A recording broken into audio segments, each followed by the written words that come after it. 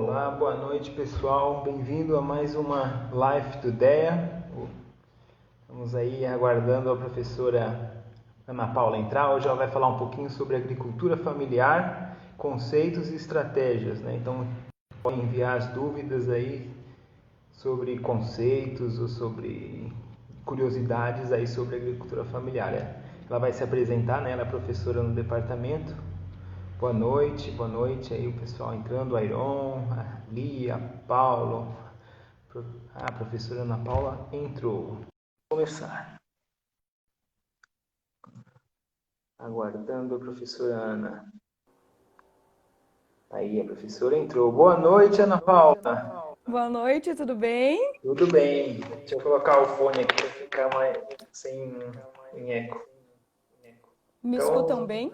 vamos aguardar o pessoal entrando. Alguns já entraram, a professora Renata, a professora Airon, Jaelson, agora entra a Silvana. Então, você consegue me escutar bem, Querol? Eu estou escutando.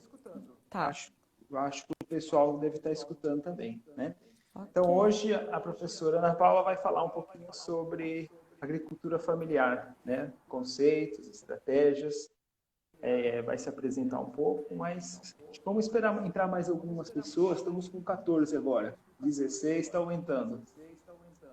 Vamos esperar Muito entrar bem. mais algumas. Aguardamos, né? um pouquinho. Estamos já na nossa 11ª live já, então começamos em março e aí toda quinta-feira às 19 horas temos aí uma live sobre temas da área agrícola, né? Falamos sobre manejo de solo, conservação, já teve a professora Glaucia que falou da agroecologia, o projeto Bioagro, o professor Antenor, o professor Airon falou da salinidade do solo, a professora Renata falou sobre genética, a importância da genética na agricultura, temos o professor Alceu também, que falou da importância do solo. Né? Então, já semana passada, se eu não me engano, teve o Haroldo, que era um ex-aluno, que é atualmente superintendente do MAPA, do Ministério da Agricultura, falou um pouquinho da atuação do MAPA. Na semana anterior foi o professor Givaldo, ele falou sobre extensão na agricultura familiar, que tipo de habilidade que o agrônomo precisa ter para poder trabalhar na área, que falou os engenheiros agrônomos para trabalhar na área ambiental urbana, né? E agora a gente vai entrar aqui no tema da agricultura familiar. Então, acho que a gente já pode começar, estamos com 23 pessoas já, né? Tranquilo. Então, por favor, Ana Paula se apresenta, né? Eu vou tentar falar teu nome, Ana. Ana Paula Chelinski Vilvok. Isso mesmo. Acertou. Se apresenta. Treinou, aí, né? Pronto, pode se apresentar aí. Tá, obrigado, Querol. Primeiro, agradecer então o departamento, né, por essa iniciativa de estar fazendo essas lives. Eu acho que é importante para aproximar a gente da comunidade, dos alunos. Então, agradecer o convite, primeiro de tudo, né? E eu sou professora do departamento faz pouco tempo, então cheguei em janeiro aí. Mas eu sou agrônoma de formação. Me formei na Universidade Tecnológica Federal do Paraná, onde eu fiz o meu mestrado também em desenvolvimento regional. E depois eu segui meu doutorado para a Universidade Federal de Santa Maria, no programa de pós-graduação em extensão rural. Depois disso, também eu fiz um pós-doc de 1 ano na Universidade Federal do Rio Grande do Sul, com a parte de desenvolvimento rural. E aí, então, desde janeiro, eu estou como professora da Universidade Federal de Sergipe, no DEA, então, que é no Departamento de Engenharia Agronômica, que ministrando as disciplinas voltadas para a socioeconomia, então, gestão agroindustrial, economia e desenvolvimento. E aí, trabalhando sempre com a agricultura familiar, então, toda essa trajetória e até os dias atuais. E aí, por isso, a escolha desse tema, para a gente conversar um pouquinho sobre isso. Certo. Então, a agricultura familiar, ela a gente tem pessoal de de áreas agrárias, principalmente, assistindo a live, mas temos da pesca, da zootecnia, da veterinária, né? E aí o que eu falo para os meus alunos, agricultura familiar, não é porque é agricultura que não tem nada a ver com zootecnia ou com pesca, né? Isso. O agricultor, ele trabalha em várias áreas, não é limitado. Aqui eu vou fazer floresta, vou fazer agricultura. Se usa o termo agricultura familiar, mas o termo talvez seria melhor produtor rural, alguma coisa assim, né? Então vamos começar aí, Ana. Eu acho que a primeira pergunta, o que é agricultura familiar, né? O Eu que é acho que esse? é o nosso grande guarda-chuva aí hoje na conversa, né? Então, Sim. assim, ó, a gente pode ter a agricultura familiar falando em termos de lei, então, de política pública, né? Que eu acho que é o que a gente poderia começar falando, que a partir, então, de uma discussão que veio com os movimentos sociais desde 95, com a criação do PRONAF, a agricultura familiar, ela também foi categorizada, então, conforme a Lei 11.326, de 2006, é, a partir de alguns requisitos. Primeiro de tudo, que a agricultura familiar, então, deve utilizar predominantemente, né, a mão de obra da própria família, nas atividades econômicas da propriedade, possuir a maior parte da renda da família proveniente de atividades que venham da agropecuária, desenvolvida no próprio estabelecimento rural, e também deve ter uma propriedade que não pode ultrapassar 4 módulos fiscais. E eu acho que é importante falar que esse módulo fiscal ele varia de município para município. Por exemplo, vamos pegar um exemplo de Aracaju. O módulo rural de Aracaju é 7 hectares. O módulo rural de Nossa Senhora da Glória é 70 hectares. Então, é 10 vezes mais que o de Aracaju. Um exemplo, né? Essa foi uma pergunta que fizeram acho que 2 lives anteriores aí. E aí, professora, por que o módulo fiscal, então, é uma unidade de terra, né? Assim como existe Isso. hectares, assim como existe alqueire e tarefa, o módulo fiscal é uma unidade de terra, né? E aí se Então, usa 4 módulos, né? Se a gente for multiplicar isso, aí, você falou que em Glória são 70 hectares, então 4 vezes isso. 70 são 280, ou seja, não é tão pequeno assim, ser considerado agricultura familiar, né? E por que Uhum. varia? Tem região que é maior, menor? Então, assim, ó, o módulo fiscal ele corresponde a uma área mínima necessária para que uma propriedade rural ela seja economicamente viável, né? Sim. E quem determina isso é o INCRA, então, né? É umas instruções especiais do INCRA. E por que varia, então? Porque eles levam em consideração a cultura predominante naquele município, primeiro de tudo, qual é a cultura, qual é a renda obtida, então, por essa cultura, qual é a distância dela, desse município, então, dessas propriedades rurais, dos grandes centros urbanos, né? E também ele leva em consideração outras culturas que não são predominantes. Então, é basicamente esses 4 fatores que eles fazem uma correlação, né? Que o próprio INCRA faz para estabelecer esses critérios de por que então Aracaju, mais próximo dos centros urbanos, é uma área menor, porque ele em uma área menor consegue ser economicamente viável mais facilmente. E Certo. Glória já está mais longe, por exemplo, né, um dos fatores, e isso modifica, então, por esse distanciamento, por ser outra Ah, cultura. entendi. Então depende da quantidade de área para você sobreviver. Quanto mais piores são as condições ou menor a infraestrutura, você precisa de mais área, então o módulo fiscal é maior. Então, retomando aí, você Isso. falou que é 4 módulos fiscais. Tem que ser menor do que 4 módulos fiscais para ser considerado agricultura familiar. E pelo que eu entendi, você falou que essa daí é a lei que foi feita de 2006, 2006. né? Que é, Isso. que determina o que é. Mas existe outros conceitos de agricultura familiar? Claro. Assim, ó, isso é usado para as políticas públicas, né? Isso que eu acabei de falar é utilizado para as políticas públicas para ter acesso, por exemplo, ao Pronaf, né? Tem que se encontrar como agricultor familiar para ter acesso ao Pronaf.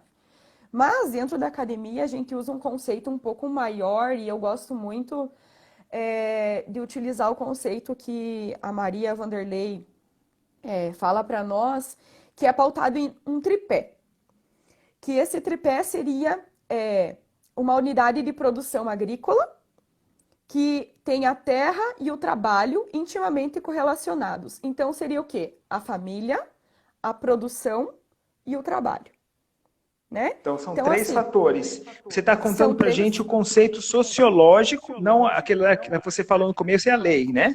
Que tem que ter Isso, a política renda, trabalho, etc. Agora você está falando sociológico. São três fatores: terra, trabalho e produção. e produção. Então, Ó, explica um pouco família, melhor aí. produção e trabalho. Então, Família, produção e agricultura, trabalho. isso, agricultura familiar é um termo que está em constante evolução, porque ele tem as origens lá no campesinato e, claro, a gente não produz mais como era para subsistência somente como antigamente. Agora o agricultor vai se modernizando com o passar do tempo.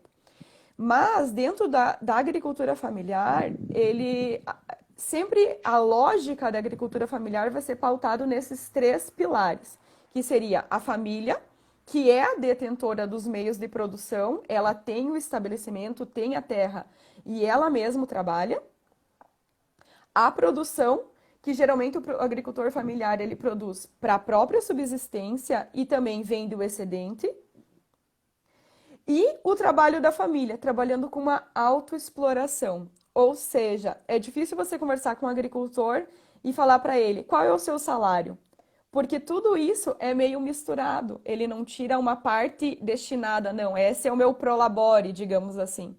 Então, por isso que esses três pilares são muito interligados, eles são intimamente interligados. A Tá. família, a produção e o trabalho. Tá. Então, só para comentar, o pessoal que está assistindo e quiser fazer perguntas, pode enviar a pergunta aí pelo chat que eu anoto, depois eu pergunto para a professora. Então, Muito bem. professora Ana Paula, você está falando que esse conceito sociológico, né, ele produz para a sua própria subsistência, e você mencionou um conceito de autoexploração, que é um conceito interessante aí na agricultura familiar. Né? O que significa? Bom, auto é que ele mesmo, né? E exploração é porque ele está explorando. Ou seja, ele mesmo está se explorando na agricultura Exatamente. familiar?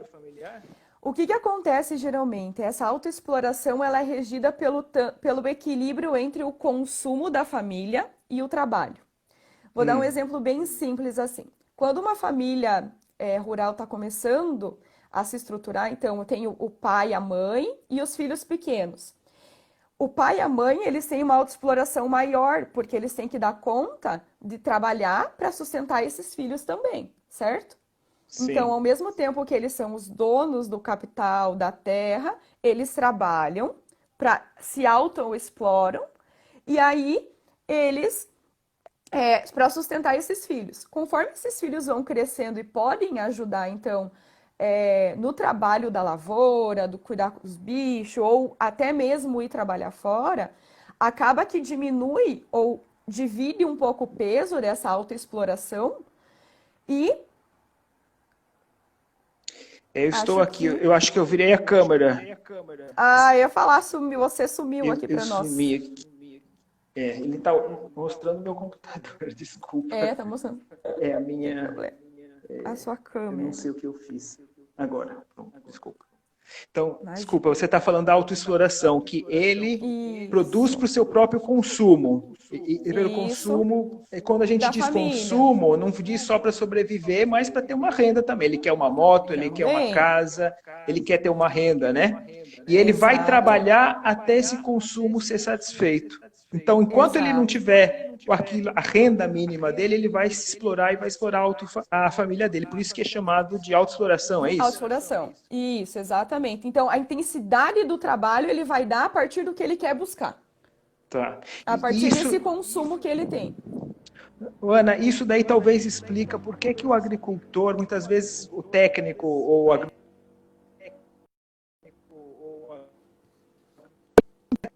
se ele já tem o consumo dele satisfeito, ele não vai trabalhar mais, ou vai? Essa é a lógica dele, né? Ou não? Repita de novo porque deu uma cortada, eu não consegui te Tá. É entender. porque você falou que ele tem um equilíbrio entre trabalho e consumo, né? Então, ele vai trabalhar até o consumo dele ser satisfeito, né? Você falou, ele vai Exato. se autoexplorar, ele vai explorar a família dele também. Então, Uhum.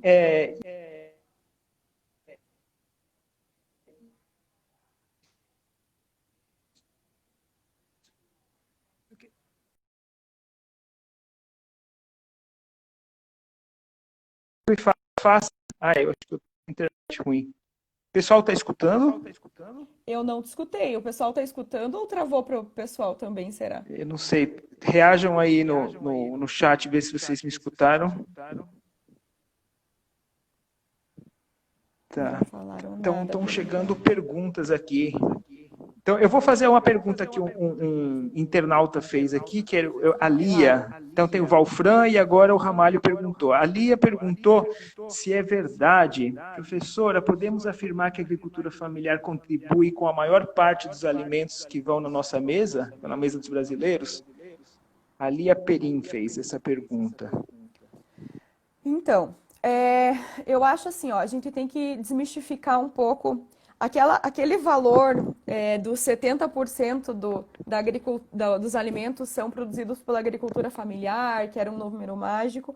Isso não é bem assim que funciona. Mas o que a gente tem que ter em mente? Que sim, a agricultura familiar tem um papel muito importante para a alimentação interna brasileira. E por que eu falo isso? Quando a gente fala em agricultura familiar, a gente não pode pensar só numa agricultura de subsistência ou um alto consumo. Nós temos que pensar que tem agricultor familiar que também produz soja, produz milho e é encaixado como agricultor familiar, tá?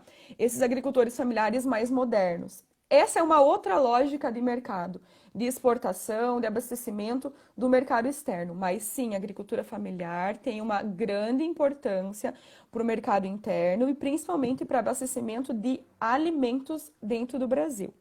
Então, acho que dá para a gente falar dessas duas partes, digamos assim, da agricultura familiar, que sim, muito importante para o abastecimento interno, produção de alimentos dentro do Brasil, mas também tem uma parte da agricultura familiar que produz, sim, para exportação. Então, a gente não pode não deixar de falar disso, né? Então, ela é heterogênea, né? Ela é tanto Exato. aquele agricultor de subsistência, como também um tecnificado, um agricultor com máquina que produz para exportação. Ele, então, é um grupo muito heterogêneo, que eu entendi Uhum. ali. E aí, o que você falou também é que depende, né? Por exemplo, se a gente for ver mandioca, 96% da mandioca, 98% em Sergipe, ela é da agricultura familiar. Mas se Agricultura você for ver a familiar. soja no centro-oeste, não, ela não é a maior parte. Então, se você toma uma caixinha de leite de soja, então provavelmente não é da agricultura Não, é da agricultura familiar. familiar. Tem que ver muito também em relação ao produto, que é o que acho que você está querendo dizer, né, Querão? Varia também É, a produção em conforme o produto que você, né, consome ou não. E isso varia sim, tanto de região para região, porque como o nosso país é tão grande, sim, os consumos são diferentes e as produções são diferentes, né? sim. Como varia também dentro da própria agricultura familiar, que é muito heterogênea. E eu acho que é importante ressaltar que quando a gente fala de agricultor familiar, nesse enquadramento político, a gente está falando de quilombola, de indígena, de pescador, e não só do agricultor que é do produtor da terra lá, plantando para Sim, subsistência, enfim, criação de animais. Então tem uma. A certo. agricultura familiar é muito mais, né, do que isso. Sim, então é um conceito bem amplo que ele envolve desde o Bem, quilombola, desde aquele que produz para comer, até aquele que produz commodity de exportação. Tem uma isso. outra.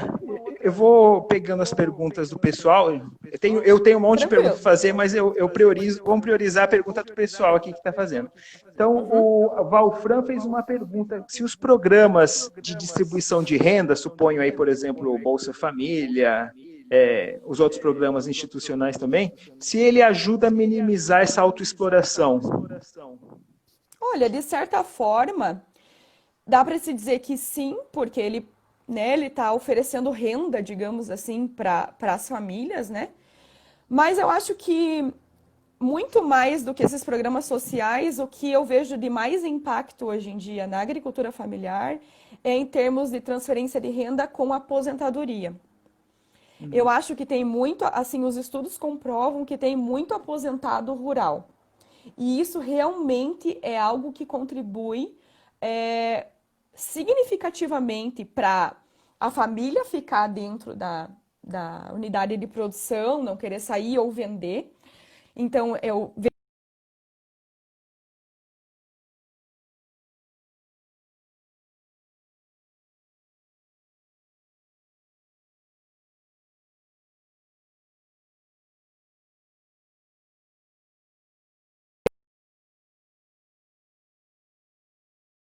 a renda de transferência social na agricultura familiar, assim, uma média de 40%. Então, é algo bem significativo, né? Isso Certo. varia de região para região, mas na região Nordeste é bem importante essas transferências sociais, sim.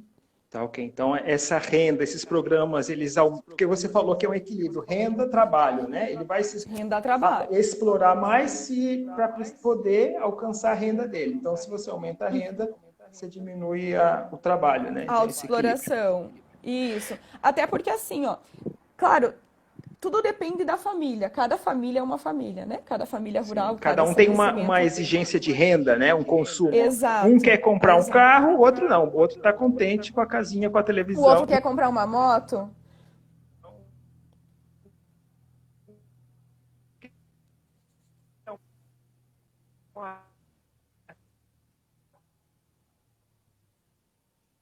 Querol, não estamos te escutando. Pelo Um menos. quer uma televisão de 40.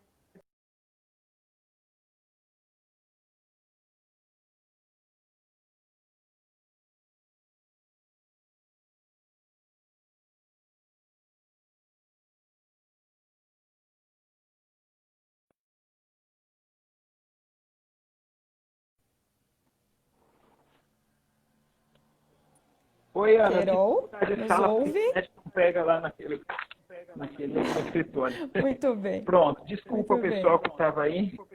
Desculpa que a Imagina. conexão. Agora eu acho que melhorou a conexão. Então, a gente estava falando sobre a pergunta do Valfran, agora tem a pergunta do Ramalho. O Ramalho é um ex-aluno do DEA, né? Agora ele trabalha no Sebrae com programas para agricultura familiar. E aí ele faz uma pergunta sobre Uhum. Peraí que eu tenho que achar ela aqui.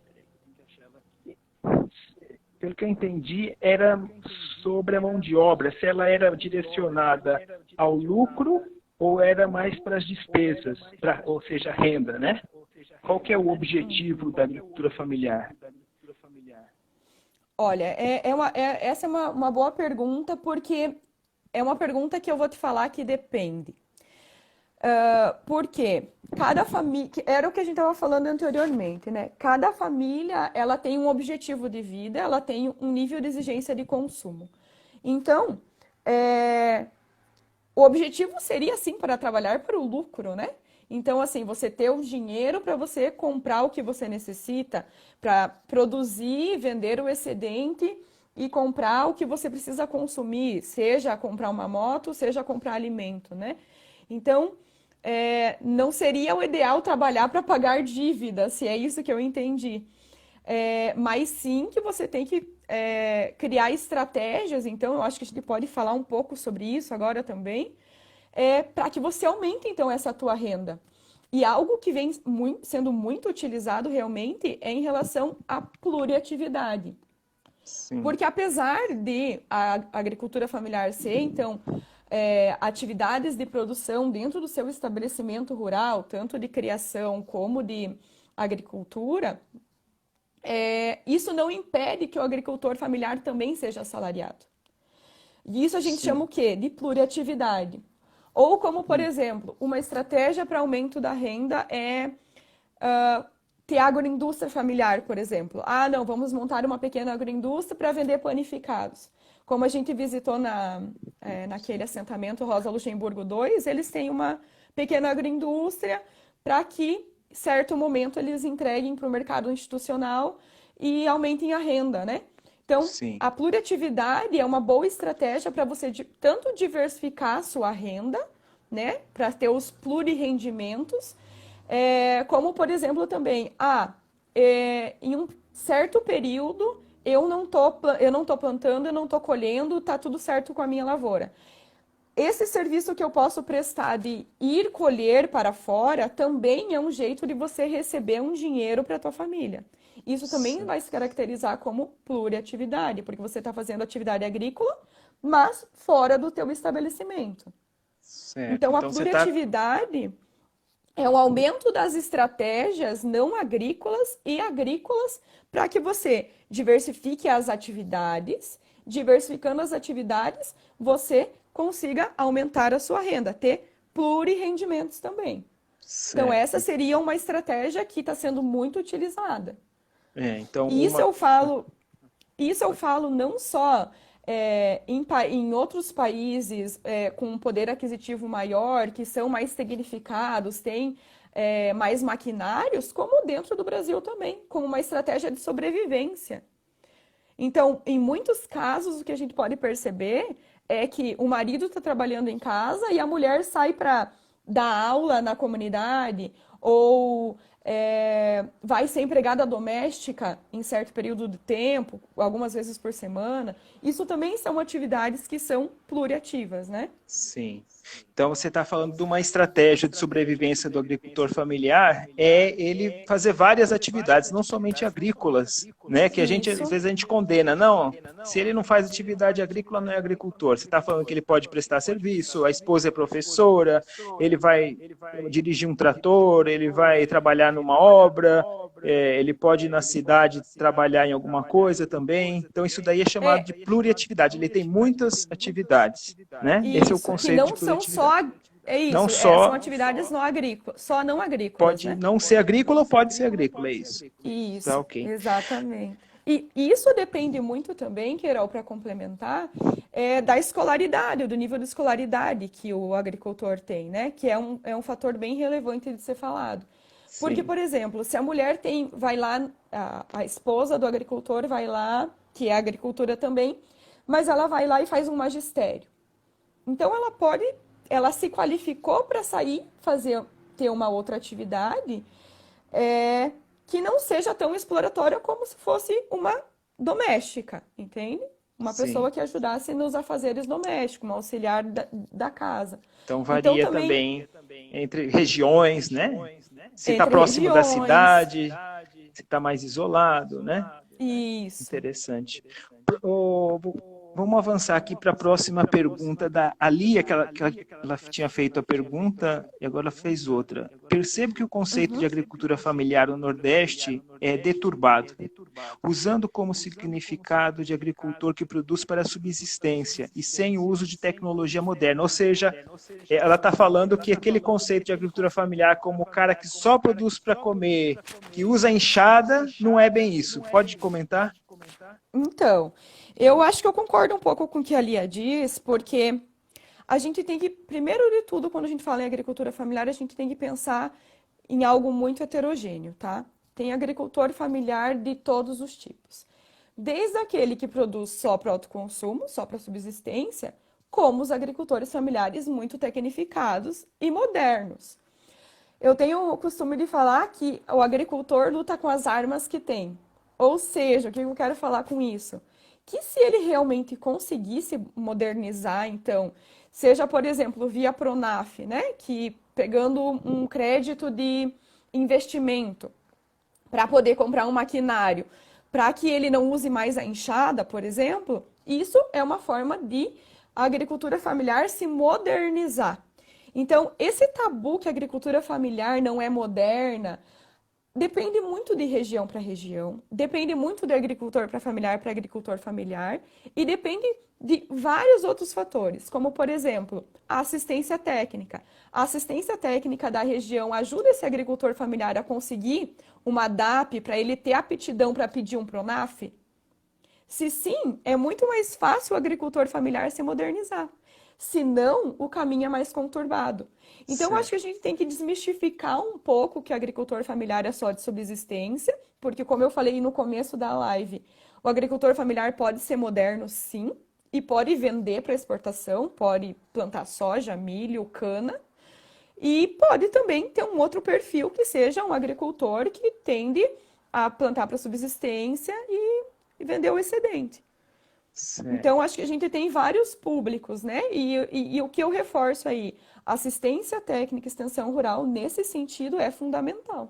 Certo. Que é o que Então, eu acho que que Givaldo vem falando pra gente, né? é, então, pelo que eu entendi, Ana, que você está falando, ela é heterogênea. Esse conceito que Muito. tem da lei de 2006 é, se você é acima de uma renda familiar acima de 50%, tem menos de 4 módulos fiscais. E aí tem uma questão da renda também, que eu acho que ela varia ano a ano, né? Eu acho que está em torno de R$ 400 mil.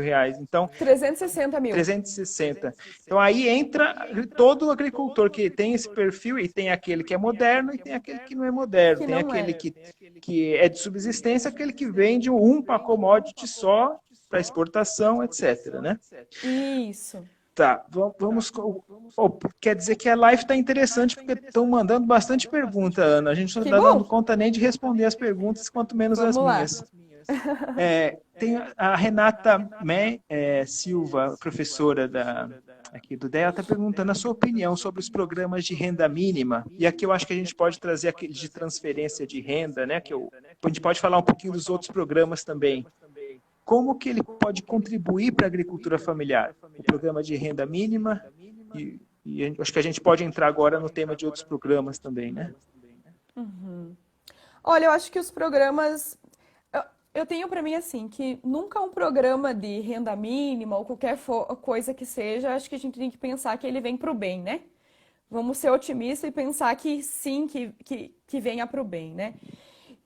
Não só o programa de renda mínima, mas eu acredito que outros programas que tenha e que venham a contribuir, como os mercados institucionais, o próprio Pronaf, ou, enfim, outras estratégias como cooperativas, acho que tudo isso são estratégias e dependem muito da forma que você vai utilizar isso, né?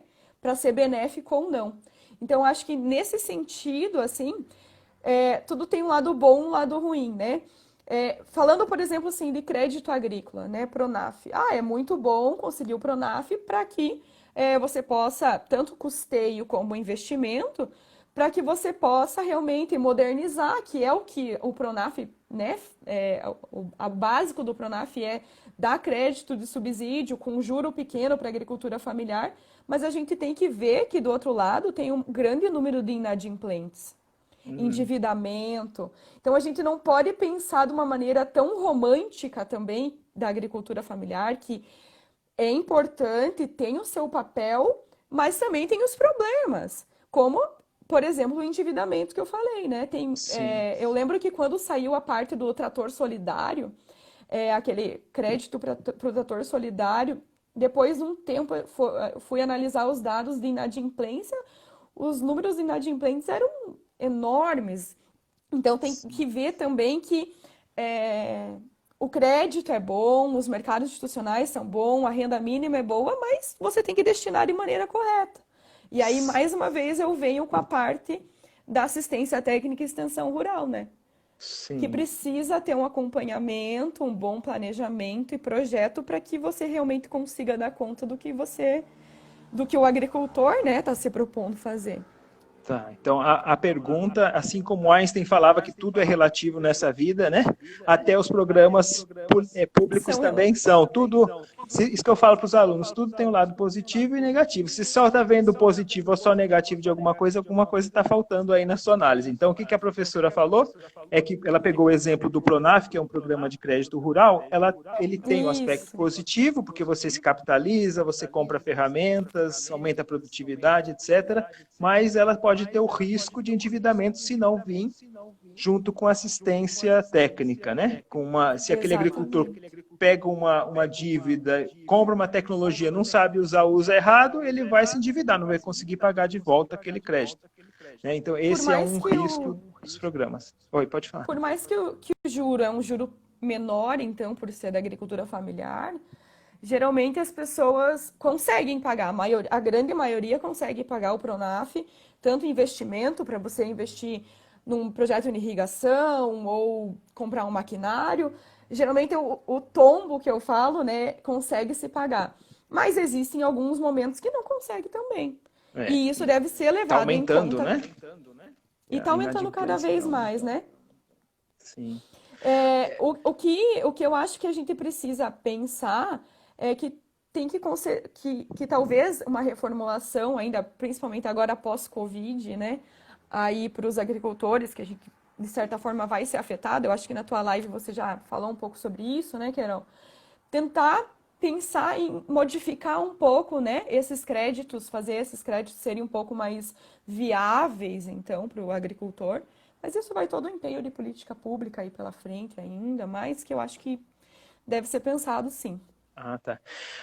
Ana Paula, o Ramalho, ele mandou uma outra mensagem clarificando a pergunta dele, né? Ele quer saber a opinião em relação a... Porque na comparação da agricultura familiar com a agricultura patronal, a mão de obra é considerada lucro ou é considerada uma despesa na agricultura familiar?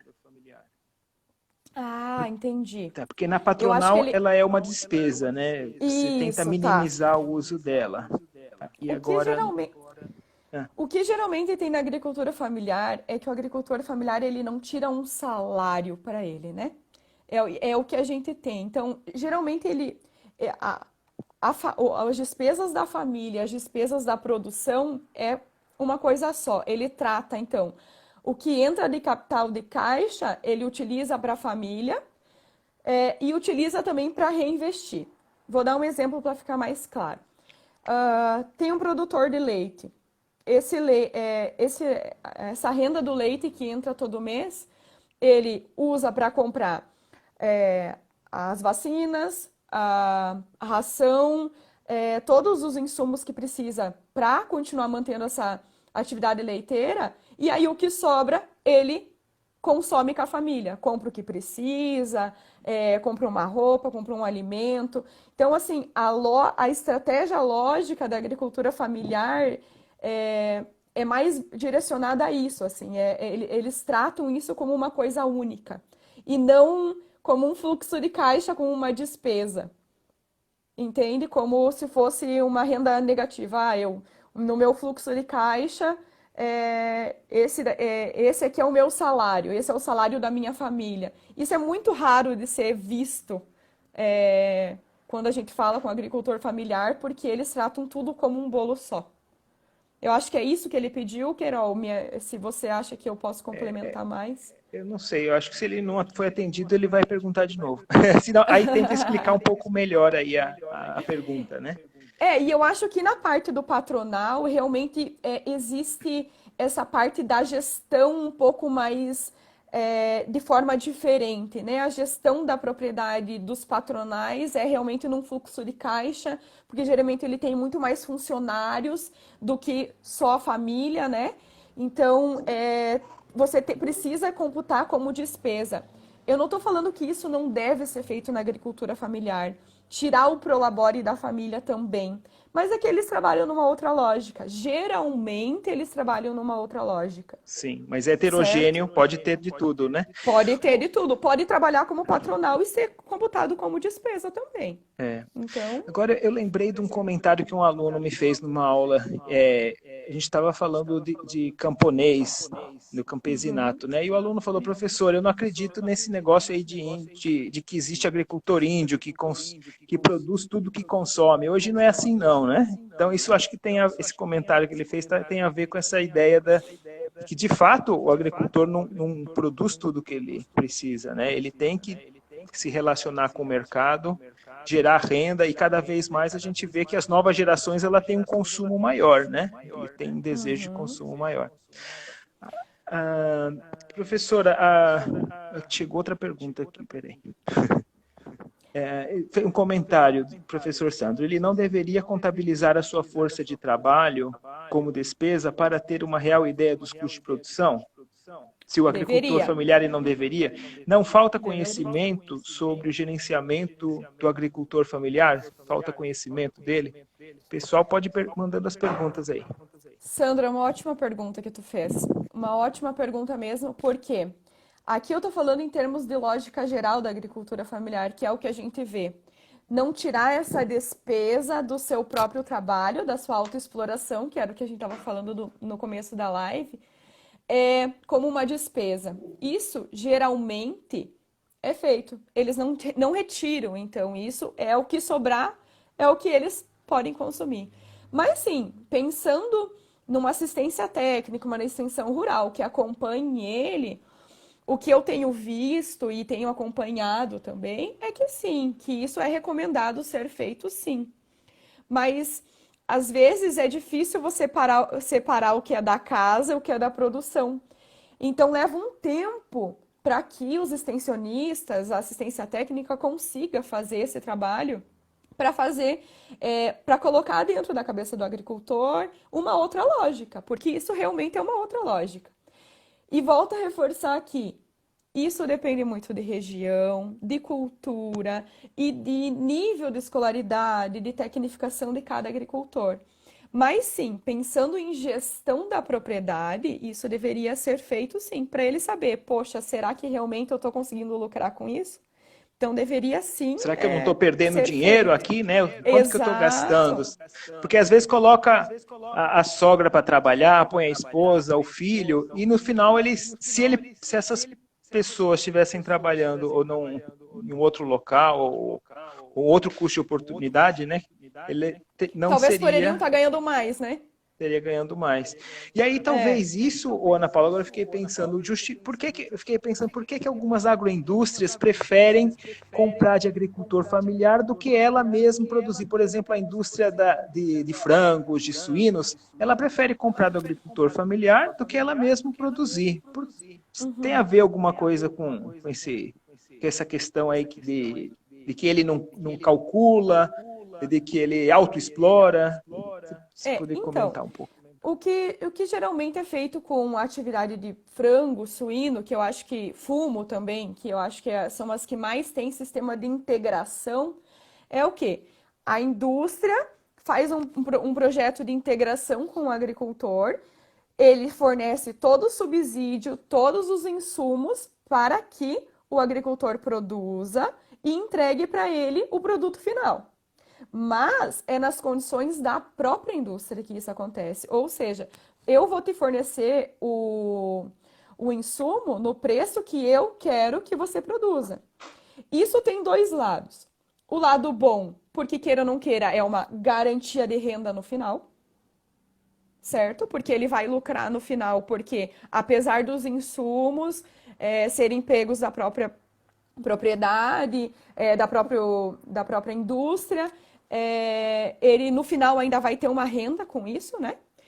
Mas, por um outro lado, ele fica vulnerável, porque ele sempre vai estar vulnerável à indústria, ao que a indústria fornece para ele. Então, talvez, se ele produzisse aquele mesmo número de frangos, comprando os insumos de uma outra forma que não seja a integração, ele gastasse menos do que a indústria fornece para ele. Então, é dois pesos e duas medidas, sabe? Você tem que pôr numa balança que, ao mesmo tempo, eu tenho a garantia de renda nesse processo de integração, mas eu estou vulnerável ao preço, tanto que a indústria vai te pagar no teu produto final, como nos insumos que ela vai te fornecer. E Sim. aí, por que é importante para a indústria isso? Justamente por isso, porque a autoexploração do agricultor é que vai estar ali. É a mão de obra dele que vai estar ali todo o tempo. Faça chuva ou faça sol, ele tem que estar, por exemplo, num aviário, né? Vendo temperatura, Acordar às luminosidade, 5 da manhã e não vai ter hora extra. Se trabalhar domingo, não tem um não extra tem. também, né? Então, isso é autoexploração. Ele está explorando o próprio trabalho para que tenha renda. E para ele, assim, se ele quer realmente aquela renda, não importa. Ele vai Certo. fazer o compromisso, honrar o compromisso dele com a indústria. Então, eu acho que é um pouco disso também, assim. Tá. É uma boa pergunta, Sandro, e Querol, assim, essas duas ligações dessas perguntas Sim. A Ana Paula Lia, a Lia está bem ativa, que ela está mandando bastante pergunta aqui. Ela perguntou aqui se existe alguma estimativa de porcentagem vou ler a pergunta aqui. É possível? Apertei aqui, desapareceu a pergunta dela. A pergunta era se tem como saber a porcentagem que vem da agricultura familiar, se tem algum estudo, né? Então, existe, né, o censo agropecuário, ela pode achar, se ela procurar no Google, censo agropecuário, o último foi em 2017, coloca 2017, ela vai entrar no isso. IBGE e aí ela vai poder ter a nível não só do Brasil, mas de município, não é?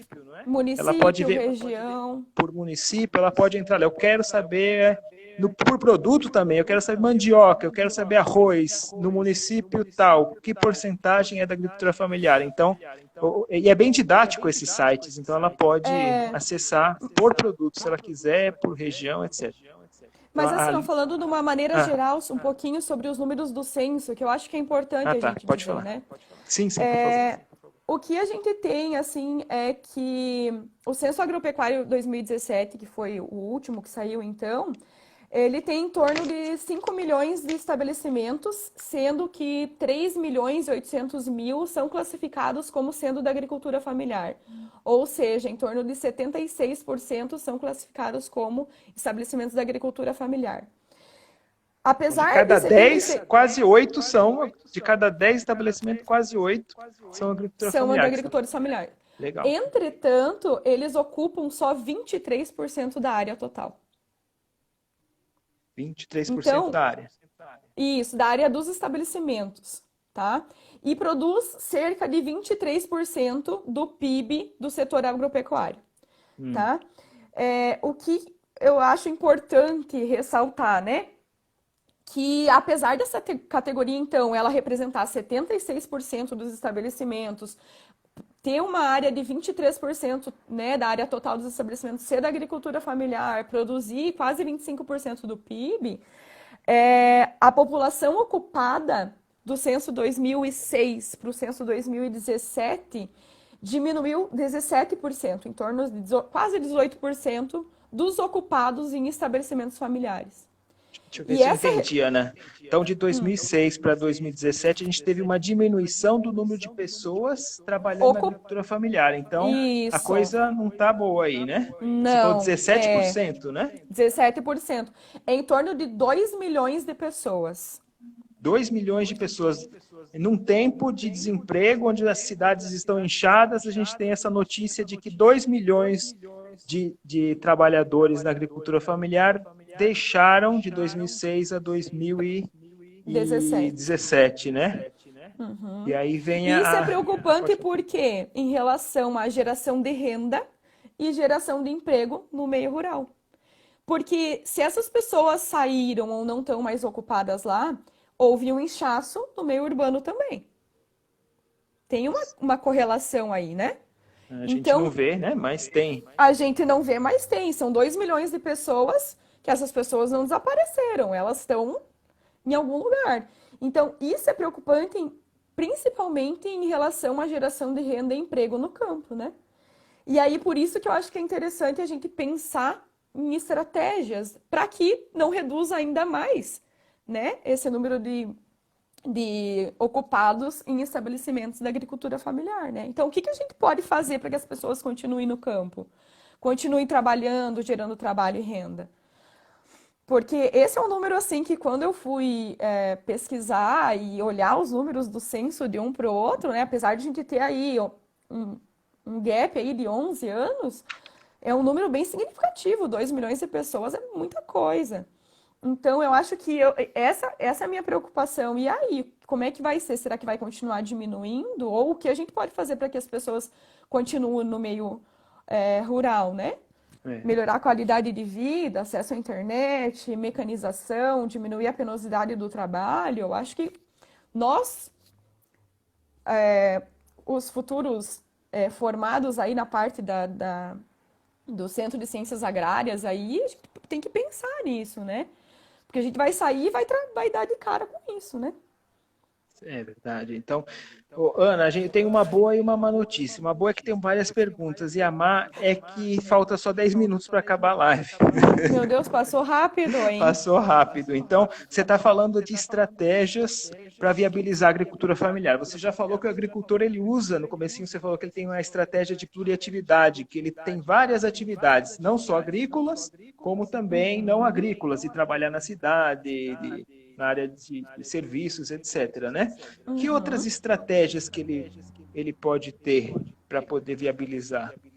Então, uma outra estratégia que eu acho que está cada vez mais importante, tanto para a agricultura familiar, como também para a alimentação, é os mercados institucionais. E quando eu falo em mercado institucional, para saber o que é, então são programas de governo Um é chamado de PNAE, que é Programa de Aquisição de Alimentos, e outro de PAA, que é Programa de Aquisição de Alimentos, e o outro de PNAE, que é Programa Nacional de Alimentação Escolar. E por que eu falo que esses mercados institucionais são importantes? Porque a venda, 30%, por exemplo, no PNAE, 30% do que é comprado por esse programa tem que ser da agricultura familiar.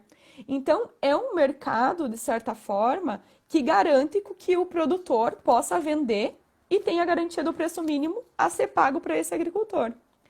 Mas aí também nem tudo são flores. O que a gente tem que ter em mente? Que é muito mais fácil vender para um mercado institucional quando você está cooperado. Quando você tem uma cooperativa de comercialização ou de produção, que é uma outra estratégia também.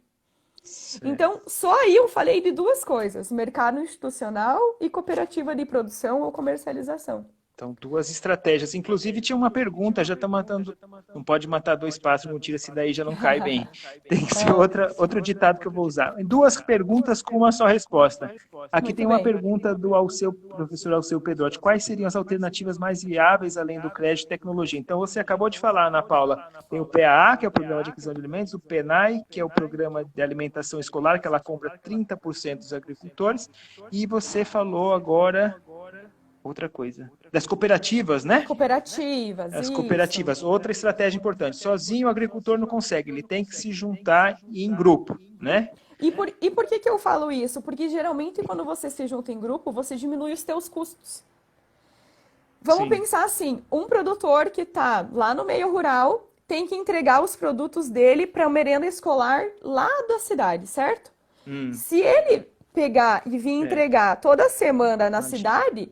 Só esse distanciamento aí, o lucro dele quase já vai. Imagina, mandar 3 caixas, logística não paga. Então, ele tem que se juntar em cooperativas, em centrais de cooperativas, né? Que é um tema para uma live só. Isso daí já dá um tema inteiro. Poderia ser uma próxima live. Ana, faltam 8 minutos. Perguntaram aqui, onde eu consigo esses dados da agricultura familiar? A Rose perguntou. Então, é no Censo Agropecuário então ela 2017. Vai ter que procurar. 2017. Isso. Procura no Google, o doutor Google responde para ela essa pergunta. Ela vai achar o link e é bem didático, ela consegue achar. Aí tem no site do IBGE mesmo, você consegue várias informações. São informações oficiais governamentais aí. Isso. Tá, aí vamos para mais uma pergunta, acho que dá tempo antes da palavra final. A agricultura orgânica pode ser uma saída para valorizar a agricultura familiar? Pode e deve ser. Foi até a live da professora Gláucia, né? Eu acho que a agricultura orgânica, ela agrega valor ao produto, né? O que a gente pode perceber, assim? A agricultura orgânica... ela está tendo uma procura maior, eu percebo principalmente nessa época de pandemia agora que as pessoas estão procurando se conectar mais com os alimentos e vendo a procedência de origem, enfim, e estão querendo ter uma alimentação mais saudável. Eu acho que esse vai ser o caminho, assim, a gente tende a caminhar para isso. E a agricultura orgânica, além de tudo, ela agrega valor ao produto. Então, um produto convencional tem um preço, o produto orgânico ela pode ser vendido mais caro. Porque pelos benefícios que você tem em termos de saúde, né, de ser saudável, ou também ele pode se equiparar com um produto convencional por utilizar os próprios recursos da própria unidade de produção, né? Então, ele pode lá ter o esterco da vaca, que ele vai fazer uma decomposição para pôr na tua horta, e a partir disso fazer caudas para os insetos, enfim. Toda essa estrutura que tem da agricultura orgânica, e se for agroecológica até melhor, né? Então, eu acho que sim, pode ser uma boa estratégia.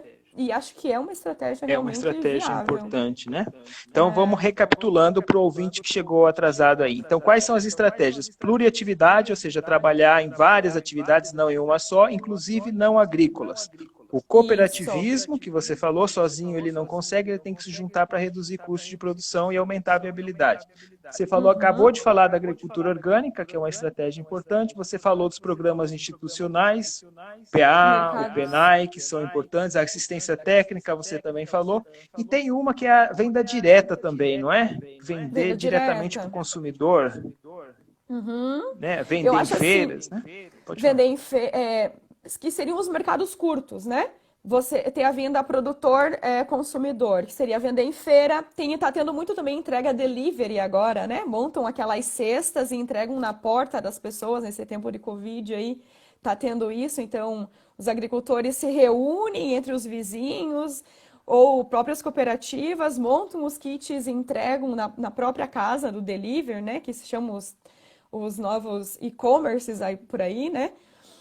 Ou se não, a feira direta mesmo, né? Que você vai na feira, compra do próprio produtor e aí é uma baita estratégia porque você não tem um atravessador aí no meio, né? Então é o preço que você quer vender que o teu produtor vai pagar. Então, o teu consumidor vai pagar. Então Então, também é uma boa estratégia. E além uma do estratégia. Pronaf, né? O crédito agrícola também é uma Ah, outra é, estratégia. você falou também do programa Pronaf, que é o crédito rural. Então, você está me Isso. falando que a venda direta permite ele ter um mercado a um preço Uhum. superior, ter essa Uhum. informação. Para o consumidor é bom também, porque ele vai ter informação, ele sabe de quem é que produziu aquilo lá, né? Não é vou Uhum. comprar de X, né? Então tem aquela relação direta também. Uhum. Interessante. Então a venda direta é outra estratégia para o agricultor. Mas aí a cooperativismo a gente não pode esquecer, né?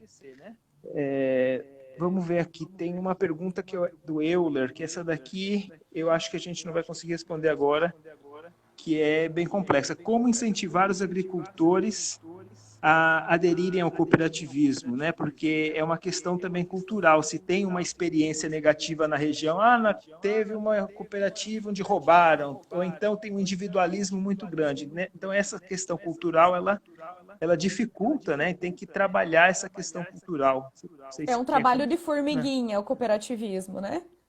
Tem que ir unindo força de todas as formiguinhas para que a gente consiga realmente fazer dar certo. E acho que também, né, tem muito essa parte cultural e regional aí que influencia bastante Então, em fazer uma envolve cooperativa, né? envolve um aprendizado, né? O que uma vez me falaram é que no começo começam poucos, e aí quando os outros começam a perceber, olha, tá dando Dá certo, então certo. aí ele vai lá, ele se junta também. Por isso que geralmente se Aham. começa com associação, e a associação é um número menor. E aí a É, associação funciona, ela vai crescendo e ela se torna uma cooperativa uma depois, né? cooperativa. Uhum. Interessante. Deixa eu ver que horas são. São e 57. Temos 3 minutos. Você não quer dar uma Pass- palavra final? Pode ser, passou muito rápido. Passou Tinha muito preparado rápido, tanta, né?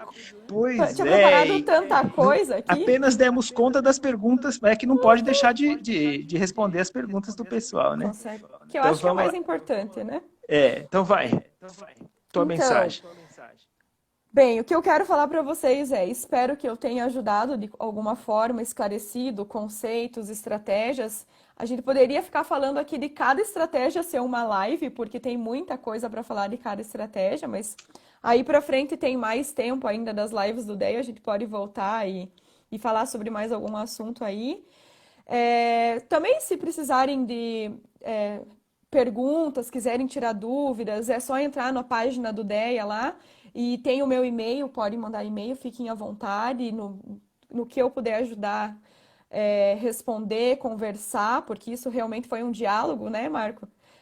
Gostei muito e, bem, agradecer de novo pela participação, né, pelo convite. Espero, apesar do pouco tempo que a gente tem, enxurrada de pergunta, eu acho que sempre alguma coisa positiva a gente consegue passar e estou à disposição aí de vocês para que o que der e Então, vier. ok. Então aí procura no Instagram do DEA, eu acho que deve, não sei se tem um link do nosso site, né? Mas procura Dr. Google, procura DEA, UFS, O Departamento de UFES, Engenharia que lá Agronômica, UFS, tem. e aí entra lá.